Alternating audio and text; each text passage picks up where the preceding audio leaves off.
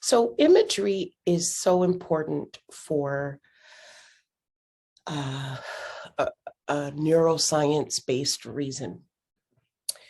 And I'm not going to be a scientist. I never have been with you. I always shoot straight, okay?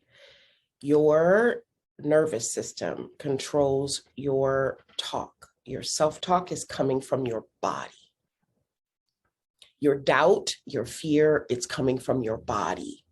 And whenever cheering happens, and it does, you are resilient. You have resilient self-talk already. But when it's coming from the body, it's doing it on its own. It's coming from subconscious. Okay. Most of us have a habit of the negative happening way more often than the positive. My job is to help you connect to those ways you get that to flip.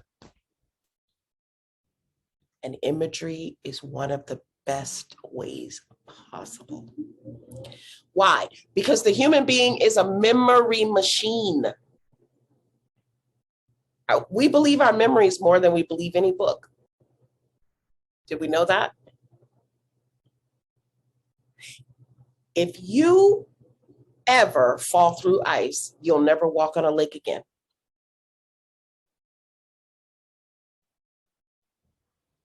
We believe our experiences more than we believe any story somebody tells us. That's why parents are useless. You can tell your kids all day long what happened to you and Uncle Bob and Cousin Joe. They don't care.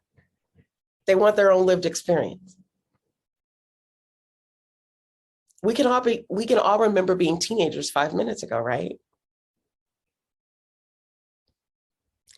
You want to touch the experience and have it be your own, because we're humans. That's what the humans want to do. Explore and experience. So a visual in your mind's eye is an experience. And we connect better to experiences. So I want you to give yourself imagery. I want you to call your resilience by specific pictures. I want you to have a self-belief character. I want you to have an adaptive character. I'm going to give you this slide deck so you can pull the words off. It's not rocket science. And if you have never used Pinterest, go ahead and sign up for a free account. If you've never created an album in your phone for health reasons or for wellness or for well-being, please start with resilience. See if the images that you store at your fingertips don't become useful in reminding you of those moments and opportunities where you had beautiful resilience. Because if you had resilience one time, why would you be worried you don't have it this time?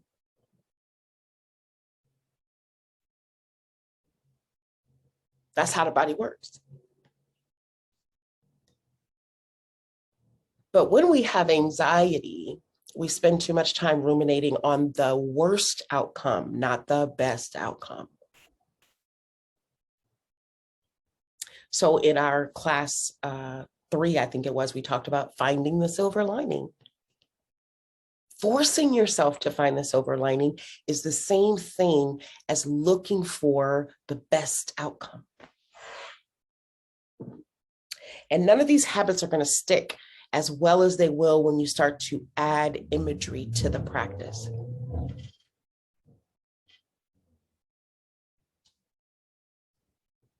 You're optimizing exactly how your brain is made.